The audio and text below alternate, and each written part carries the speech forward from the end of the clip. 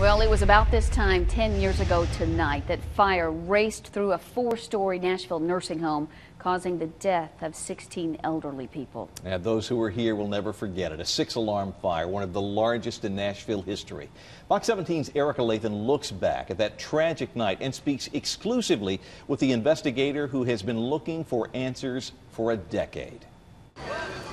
September 25th, 2003 is a date that tested the Nashville Fire Department. We had 55 pieces of our first line equipment on the scene that night. In my 34-year career, I don't know of a larger incident. A fire that started on the second floor of the NHC nursing home around 10 p.m. spread quickly, filling the building with smoke. Number one, the nursing home wasn't sprinkled at the time. We had an active fire in a room with people trapped. We had 120 people in a 4-story building, and we had to get them out. Firefighters worked to the brink of exhaustion, carrying elderly patients down the stairs, saving more than 100 lives. The stories that the firefighters tell are just heart-wrenching about the screams, and they would go to get somebody and walk into a room, and there would be 2 people, and they had to pick one to take out. And the other one screaming, "You can't leave me, you can't leave me." Retired Fire Chief Bobby Conley was one of the off-duty firemen who responded to the call for backup. I was aware that it was more than just a small fire.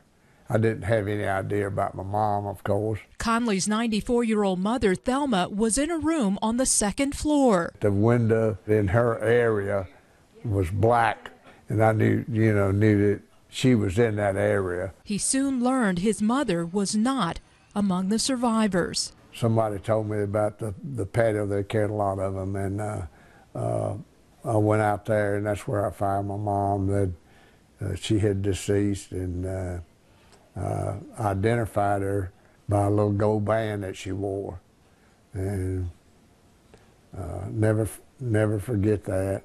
It's hard to see Bobby. I'm getting a little choked up talking about it now. He's a man I love, and but to see how it affected him and his family. As a firefighter and state representative, Mike Turner helped to pass legislation requiring sprinklers in all Tennessee nursing homes. There's a lot of people that lives are going to be saved by this legislation of the sprinklers. Conley chooses to focus not on the loss of life, but on the positive things that occurred as a result.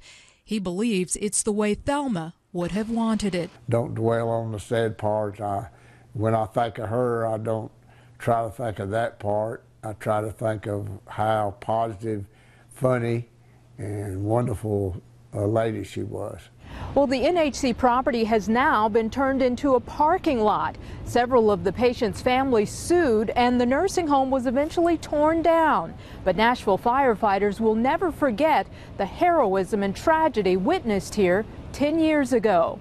Erika Lathon, Fox 17 News.